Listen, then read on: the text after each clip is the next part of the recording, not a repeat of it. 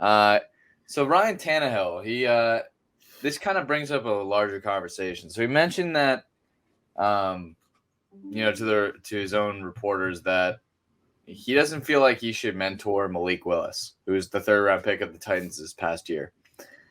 And what's so interesting about this is I feel like this kind of thing happens a lot in the NFL, specifically sports world, where like quarterbacks don't really want to mentor their backups that were drafted ultimately probably to replace them, similar to like how a Jordan Love, Aaron Rodgers didn't feel the need to do the same. Um, do you feel like a quarterback should mentor their backup slash maybe replacement, or do you think it's kind of inappropriate? Like, how do you feel about it? Because I don't know. Like, I think it could go both ways, really.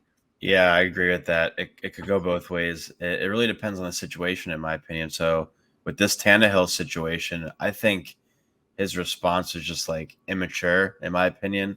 Um, yeah, there's coaches there for that, and it's not really his job. But at the same time, it's like the guy only has a couple years left in the NFL, in my opinion. I think, it just takes a couple. The Titans are a great football team, so he's in a great situation. But you put Tannehill on a bad football team, nobody's, giving him two looks. But as, a savvy vet in this league, I think it is his job to want to, you know, mentor Willis, to kind of just take him under his wing and help him out. But there is the other side of it too, where if it's a quarterback that's like, I don't want to mentor this guy if he's just going to take my, job. So I don't know if Tannehill's looking at it from that perspective, but I think any quarterback should be willing to kind of teach the younger generation, take them under their wing, and just do the best job that they can with them. But that's why I think Tannehill was just getting so much heat, and Willis was like, it kind of is what it is. He has Yeah, respect for him still, but kind of immature on Tannehill's side, if you ask me about it. What do you yeah. think? I feel like it could go both ways in this situation. It's not like I kind of think that because Malik Willis was, much further down in a third round pick, I feel like it's less likely he's his backup, so he should be more willing, or sorry, that he's his replacement, so he should be more willing to take him under his wing. But I've read a lot of stuff. Some people think that it's like inappropriate to take to mentor his future replacement, which I guess I could see that.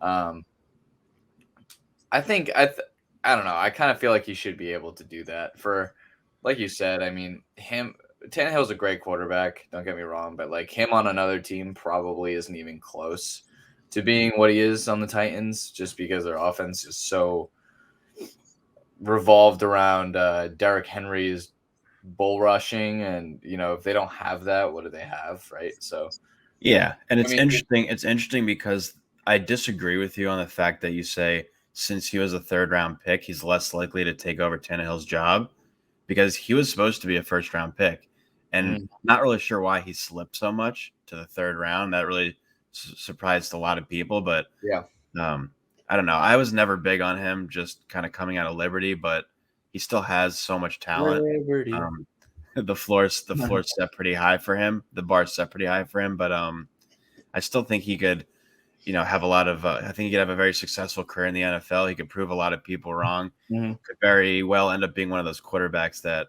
not Tom Brady esque, but like proves you wrong. Like you should have taken me earlier. You really messed this up. Um, and him and Derrick Henry could maybe one day be a big 1-2 punch, but we'll just kind of have to see. Maybe. Yeah, we'll see. Malik is definitely a project. He could be amazing. He always had the highest upside of anyone in this class, in this entire QB class. But whether he hits that, that remains to be seen. We'll see. You're right though. Like if he can become a professional, that is he's kind of like a Lamar Jackson light with better arm strength, Hmm. roughly. That might be a little ambitious to say. Lamar also has a really good arm strength, but he's like a Lamar Jackson light, and he's incredibly fast. I wish he ran the 40. I don't know why all of these guys who are so goddamn quick at quarterback don't run the 40. I wish they did. I want to see what they would run so badly. That's a side note, but anyway. So, in another piece of news, this is probably one of the biggest things that's actually happened in the broadcasting world.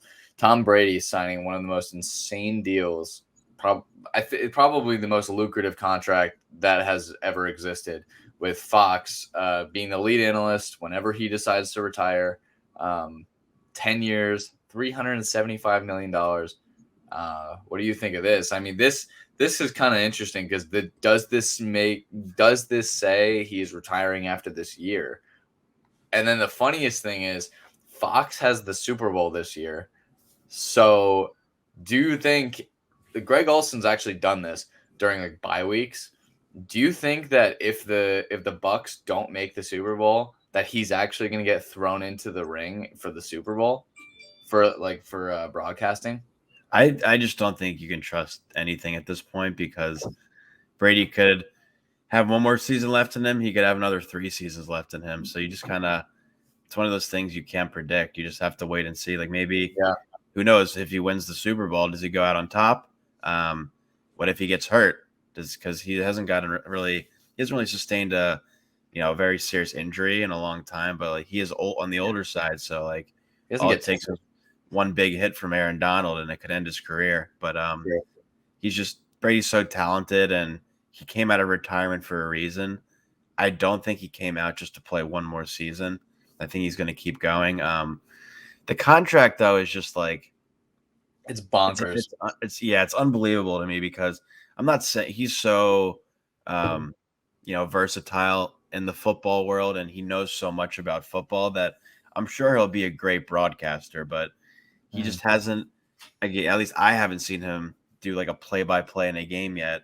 So it's just like, how do you know how good he's really going to be? But it's just one of those things. It's like, would you give LeBron James like a contract like that just because he knows so much about basketball? But it doesn't necessarily mean he'd be a good broadcaster.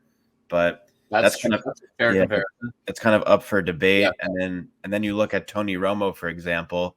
He Hmm. got, I think it was 17.5 million for 10 years, and Brady gets what, 37.5 for 10 years, and it's like I think Tony Romo is a great broadcaster. So He's probably the best one that yeah, is out there right now. exactly, Yeah. exactly. So what do you think about this? Why do you think that they decided to give him this unreal record breaking contract when he hasn't even like proven that he can do the job yet? Well, I think it's multiple reasons. I mean, not that Fox necessarily needs this, but I mean, it's all about the allure of Tom Brady calling a game, right? Like the greatest of all time, calling a game. Like, Yeah. why wouldn't you tune in to see what he has to say? I do think it's probably some, predictions that he'll hopefully end up like Tony Romo because apparently in some interviews Tom Brady has said that like on air he has held back. This will also be kind of an interesting dynamic too, is how much do you say about a team that you've played for? So like say like the Buccaneers Patriots are playing on a random Thursday night football. Nope, that Mhm. doesn't make sense. Let's just say it's a Sunday game. um so if they're playing and Tom Brady's broadcasting and he's had experience with both Belichick and who's it, Todd Bowles, or Yeah. yeah, for the Bucks, but he's had past experience with both organizations. Does he reveal anything about either one of those? I honestly can't remember if Tony Romo has ever done that with the Cowboys. But that's kind of like an interesting, like when is it too far of what you can say about each franchise that you've played for? Because I'm Yeah. sure Belichick hasn't really changed anything about his offense. Yeah, I mean, I'm sure he'd say a lot of information and stories that he knows, but at the same time, I went to journalism school, and as a reporter, um, you're like taught to be unbiased, and Mm. you're not supposed to like reveal stuff like that. So it's just like I don't think Brady would do that on live television to just like give away plays or give away what's going to happen, but um, definitely like what Romo's done, which has been very impressive. How Romo just like predicted certain plays happening. He Yeah, didn't. That yeah, obviously wasn't for the Cowboys, but like that was just very impressive because he just has such a high football IQ. yeah. And somebody else pointed this out to me the other day. Tony Romo is, a great one of the best broadcasters in football. Drew Brees has done an exceptional job in the 1 or 2 years that he's been a I broadcaster. think it's only one. Yeah, I think it was just one. Mhm. Worked his way up from college to the NFL. He called games, but Romo wasn't like an elite quarterback. But they still like because of his IQ and football IQ and his history, they gave him the opportunity. And I'm sure he has like experience in some manner Mhm. because there's so many like you look at all the NBA broadcasters, a lot of them didn't really have broadcasting experience, but they're so knowledgeable about the game that it just kind of secures them a job, secures them the Mhm. bag. That's true. So Like I think JJ Redick. exactly great example. So I think like that similar thing with Brady. It's like who knows how good of a broadcaster he really is, but he just has such a high football IQ and he's literally the GOAT. So it's like, why Yeah, wouldn't you want to have him on live television? I totally agree with that. I mean, yeah, the money seems excessive, but if you're trying to lock up the greatest player ever, I Yeah. guess it checks. Like if Michael Jordan for the NBA, I guess your example for LeBron, I guess, is also pretty valid because people put him into that same GOAT category. Is that like what do you think Tom or LeBron will get? I mean, not that money. NBA broadcasters do not make that much money or No. television personalities, but you know, LeBron would also probably provide a really interesting insight into like how plays are developing and stuff like that. JJ Redick is like probably one of my favorite broadcasters at present day. I think he's like so unbiased and the opinions that he does bring are really valid with facts behind them. And I feel like a lot of these shows, like First Take just says spews a bunch of nonsense, and Undisputed is just to watch Skip go uh, or sorry, just to watch Shannon go Skip, or however I can't do a good accent. Um, and also Skip doesn't know anything. Yeah. So Jay, I wanted to pose a question for you because I mentioned earlier with the broadcasters how Drew Brees did a great job in his first year as a broadcaster. So recently there was like talk about he must have put up a tweet just about how the Saints got Jarvis Landry, they got Tyrann Matthew, and he must have said something along the lines of like, you know, these guys being on the team makes me want to play for them again. Do you think that's just like stirring the pot, or do you think there's a real possibility that Drew Brees could come back I gotta find his and tweet. pull a Tom Brady? Um, so let me see his exact tweet. All right, he said. So this is after rumors came out already that NBC was not going to retain him for this year. And he said, despite speculation from media about my future this fall, I'm currently undecided. I may work for NBC. I may play football again. I may focus on business and philanthropy. I may train for the pickleball tour. Respect.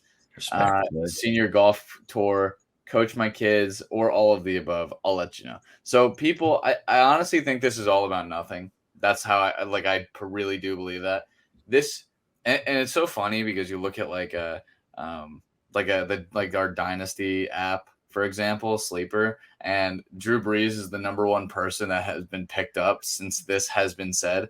And Yeah. it's just so ridiculous to me because the Saints coach already said, like, we've had no conversations about that. Drew Brees is obviously just saying that to say that, but people run with it immediately, Oh yeah. including us. Like we're talking about it right now, right? Like I hope he's a part of the pickleball tournament, but he's not. Like he had a significant fall off in his career towards the end. Like he was not throwing the ball as far. It was obvious. Like I'm pretty sure his average depth per target was like super down, especially his last 2 years, which works when you have guys like Michael Thomas and Alvin Kamara, but like Michael Thomas is iffy.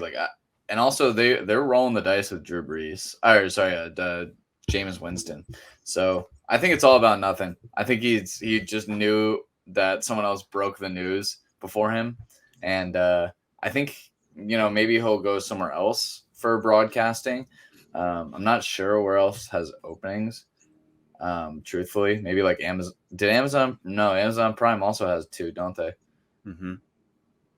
I don't know where he'll go. But I think he'll maybe take a year off from it or something. Maybe he'll go to Fox and wait while Tom Brady's still playing. That's Yeah, possible. I personally hate when players come out of retirement. It's just like I know it's kind of not. It's easier said than done, and they can't always predict what's going to happen. But I wish there was like something in like their contract where like they announce, like they have to announce that this is going to be their final year of football, so that Mhm. you can like give them their farewell tour and give them the goodbye that they deserve. You look at like Peyton Manning, for example. He knew it was time to hang it up, and after he gave that Forrest Gump, ended on that Forrest Gump goodbye speech, he Yeah, couldn't nah. he couldn't come back after that. Yeah, that's just a win. But I just think like if Breeze is going to come back, this is the year. Last year they were not a good football team, the Saints. This year, I didn't like going into it. I didn't think they were going to be good this year either. I just don't think Jameis is the guy. I doubt he'll play a full season. Who knows what's going to happen? But I think if Drudels were to give it one more go, this is the year. Just with hopefully Michael Thomas finally coming back. You had add Jarvis Landry and Chris Olave. Hopefully Alvin Kamara can figure out all his off field issues and just Mhm. have a great bounce back year. And if he wanted to give it one more ride off into the sunset, I think this is his year to do it. But if not, he'll just like you said, stay in the broadcasting field and keep whacking that pickleball. Drew Breezy Breeze. Trudels. Yeah. And also in some other news, this one hurt. This one's close to the vest here. James Bradbury. It was inevitable. We knew it was going to happen. He was cut by Joe Shane. It was and the Giants. They had to. It was a cap saving move. Um, they they were in cap hell from Gettleman. So I actually think that the job that he's done is insane for what they've had. Um, and he's still a very quality starter. He had a down year for sure, but he's a very quality outside corner for a team that might need him. Um, Giants apparently had multiple deals in place, but James Bradbury wasn't willing to lower his amount of money that he was guaranteed. So ultimately, he gets released. He's now free to go where he wants. Where do you think he'll go? I mean, there's some interesting fits that some have been brought up, like the Panthers, the Eagles have been brought up, which would make me actually vomit. The Chiefs, the Raiders. The Raiders, I don't know if they'll still do that after they traded for Rocky Sin. Um, and but like that's just because of the Patriots and whatever. But what do you think? Oh, and the Well, Patrick Graham defense. yeah, well, the devil on my shoulder is telling me Get away from him. he's gonna go to the Eagles because we love to see Jason in pain, but the angel on my shoulder is telling me that he could go to a team like the Chiefs.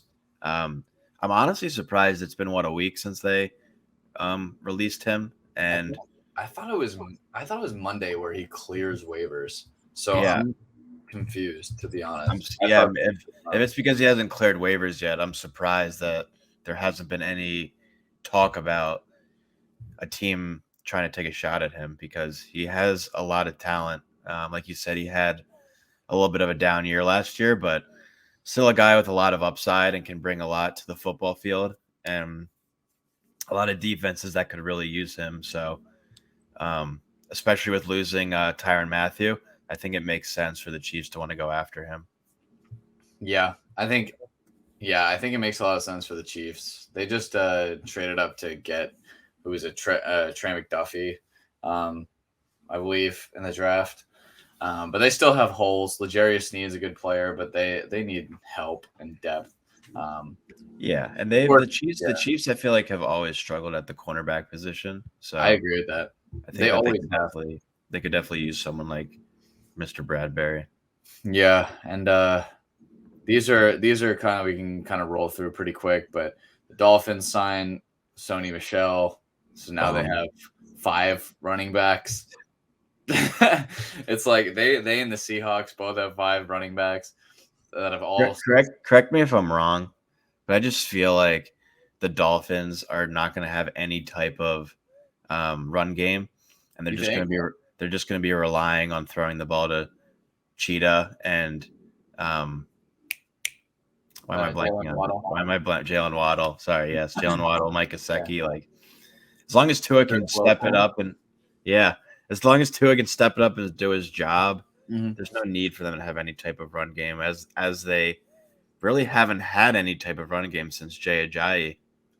They've had some really weird. So like the fact that Salvin Ahmed and Miles Gaskin were their starting running backs, an undrafted and seventh round running back Yeah. for entire years. Um, and now they sign Raheem Mostert, who inevitably will get injured week one. Yep. Um, It's inevitable. it is Chase Edmonds. I really like Chase Edmonds as a player, but like he's He just had yeah, small. he had so much upside on the Cardinals, and then he just kind of lost that job to James Conner. Yeah, Didn't really do much last season. yeah, and he's smaller too, and I feel like the Sony Michelle one, like for some reason you could just see like I don't know how, but Sony Michelle will be the one who somehow comes out of this like as Well, the lead running back for yeah, no reason. well, wasn't it when Cam Akers got hurt? Obviously, he was out for the Yeah, year, and then Darrell Henderson went down, and Sony Michelle did pretty well for the Rams in he those games actually he did do stepped up really well. for. You know, Sony Michelle is one of the most weird cases of an NFL player because when he was coming out of Georgia, it was Nick Chubb and him. They were a tandem in Georgia. And Nick Chubb was coming off a major injury. Uh, and he was like, he's still incredible. He went to the Browns second round. Mm-hmm. And the thing with him is he was like a bruiser back, right? Sony Michelle was actually the one that was considered like the scat back, which is like the third down back, who was a very good pass catcher and he's very elusive. He compared himself to, I'll never forget it. He compared himself to Shady McCoy when he was coming out. But now it's like he's been pigeonholed into a first and second down grinder and goal line back, which is so weird because he's so small. Like it's such a weird. Like I don't understand his career arc. I mean, it makes sense for like the Patriots selected him and didn't know what to do with him. The Patriots also have about four backs, Mm-hmm. and they selected two this year, and they selected one last year, and they have Damian Harris. Like it's such a disaster. Yeah, there are a lot of teams like that too. I just don't understand it. Even the Eagles, for example, Miles Sanders is their starter, but they have like three or four other running backs. So Yeah, it's just like I get it's a very it's a position that you need a lot of depth in for sure, but I don't get what's it's all you always like look to that one guy that you need for 100 yards a game, and mm-hmm. when you have five different guys you're juggling between, it just doesn't make for a good recipe, in my opinion. It's so weird. Um, this one hurts. Do you see the Tariq Cohen video? Yeah, he's coming off the ACL injury, and that's just like horrible luck. I can just explain it really quickly, Jay. He's Mhm. on Instagram Live, just kind of working his ass off, working hard to get back in shape. He's he was going, in and out of those what would you call them? Just little hurdles, I guess you could call them. The Um, yeah, I don't know what you would call I them. don't know what you call those things, but they're just kind of like We're little not hurdles. athletes. Yeah, they're these. Hey, speak for yourself. I was a Division III tennis player. I was Um, allowed to be a Division III tennis player, but I did not play. um, but yeah, he's just going in and out, quick feet through these little hurdles, and he tears his Achilles. Not a fun injury, not an easy injury to bounce back from. And Mhm. the second he went down, he knew something was wrong. And it's just like, what the irony in that? You're just showing your fans and the viewers how hard you're working to get back, and it's like It's this yeah, is I'm not trying to take a jab at Tariq Cohen at all, but like, why are you working so hard to get back to the Bears? They're such a bad football team. They're he's gonna free be agent. they're gonna be a bad team. Oh, he's a free agent. They released him. Well, that's for the best for him then, because he didn't need to work his ass off to get back to a team that's gonna stink again this year. But you feel bad for him. You feel for the guy. He's always been one of those scrappy fantasy guys that you like to have in your flex. 'Cause he's just so quick, but you feel bad for him. It's sad. In the video, you could hear the pop.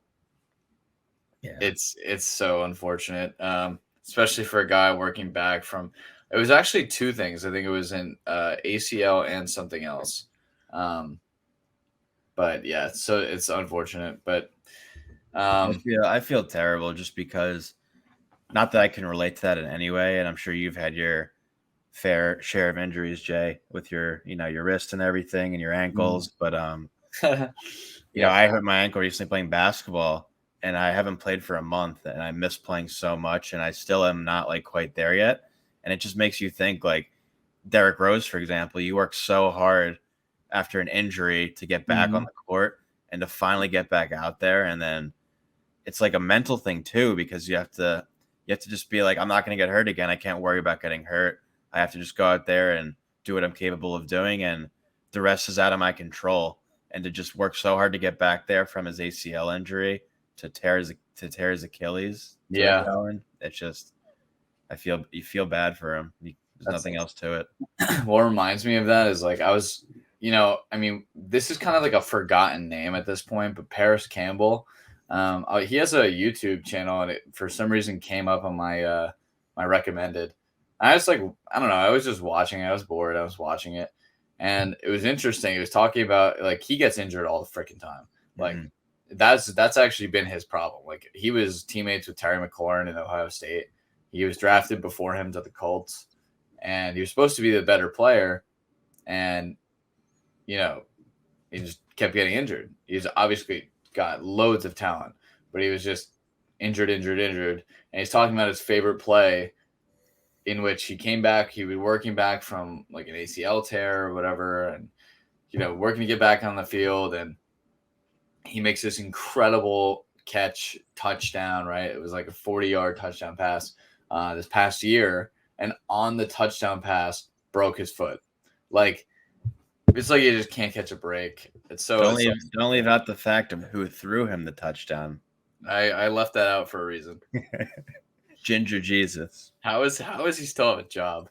My God. Hey, Um, I just have November 16th circled on my calendar. He comes back to the link and he's going to get booed hard. Not that he deserves it, but he's going to get booed hard. oh, he'll get booed. We have to figure out when we're gonna go to our game. Boo. The Eagles Giants games are really late this year.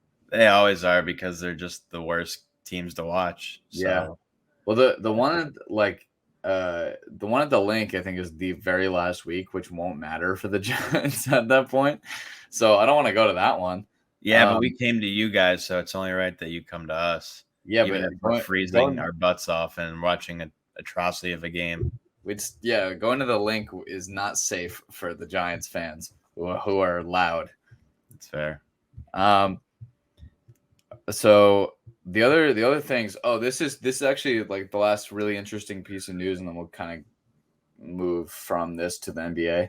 Um, Deshaun Watson is set to meet with the NFL to just it's kind of like to discuss the final steps of this investigation on him. And the decision, supposedly, according to Ian Rappaport, is coming soon. I have read online that he's gonna be projected to be suspended only 3 to 4 weeks, which is like actually kind of crazy. Yeah. Um, this is a touchy subject because we don't know the details.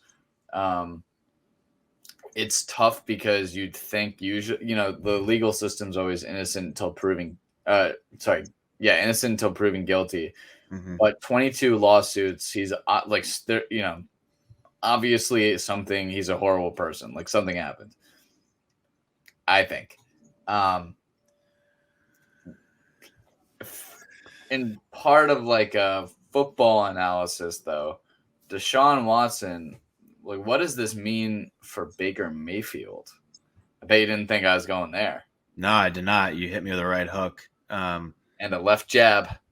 I'm gonna give my opinion. I'm gonna give my Yeah. opinion from a football perspective, and then just like an outside perspective. From the outside perspective, you can't have any respect for him. Like you said, we don't know all the details of what exactly happened, but it's just kind of crazy how he goes from potentially not playing another snap for a very long time to nothing. He just doesn't get, everything's like off the table to now he's going to get something, which like he does deserve to get some kind of suspension. Yeah. They just kind of have to figure out the nitty gritty details, but it just doesn't make sense to me. Like he is so talented. He's a top 5 quarterback in this league, Yep. but it's just so crazy to me how you get in this trouble. 22 cases. It's not like it's a couple, 22 lawsuit cases. So something doesn't add up here. And then you go from that to literally, getting kicked out of Houston to making more money, getting a new contract that gives you more money than it did originally. More guaranteed money ever. Yeah. It just, and he hasn't, like, I'm not saying he's lost a step, but he hasn't played in almost 2 seasons. So it just doesn't really add up to me. But from the football perspective, you know, looking at Baker, I thought after his goodbye speech and just how his season ended, I thought his days in Cleveland were done. Yep. And he probably in his eyes still sees himself as a starting quarterback. So, who knows? Keeping him around maybe it was a beneficial thing. And I don't know. Let's put this hypothetical situation together. Let's say Deshaun Watson gets suspended for 5 games or so, Mm-hmm. and Baker Mayfield goes 5-0 and plays incredible with Amari Cooper and Nick Chubb, and Gotta he love that proves poop. that he proves the haters wrong. What do you do in that situation? Most likely, what do you think? You're Most likely, trading him. You still have to trade him. I guess it's even higher trade bait now. But Yeah. yeah, you can't be like you can't not just Just like kidding. yeah, just kidding. Like I'll come back. we don't really need you, Deshaun. Like we're gonna stay with Baker. Like there's no way they would do that. No. Also, Obviously, I yeah. haven't looked at their Browns schedule, but him going 5-0 just isn't realistic. No. But also the guaranteed money is like in escrow. Like it's gone. Like they're giving him the money. Baker is out. Like at some point. I still think like there are teams like the Seahawks. Like I mean unless they're really trying to tank and have Drew Lock start every game. Or the Panthers. Like Matt Rule's job is on the line. Yeah, They need to make a move. It would not cost them much to get Baker. They just have to eat the salary, which I guess is everyone's gripe right now. But like $18 million for starting quarterback is actually cheap. yeah, So it's kind of weird. Um, yeah, I think eventually he'll actually get released. I do think that. I don't think it matters for the Deshaun situation. I think I think Baker his ego is too high, and I don't think that he will stay, even if they need him, even if Deshaun is suspended. That's why they got Jacoby Brissett, who has also been a starter in yeah. this league before. I think I think Baker's time is going to come to an end. I agree with that.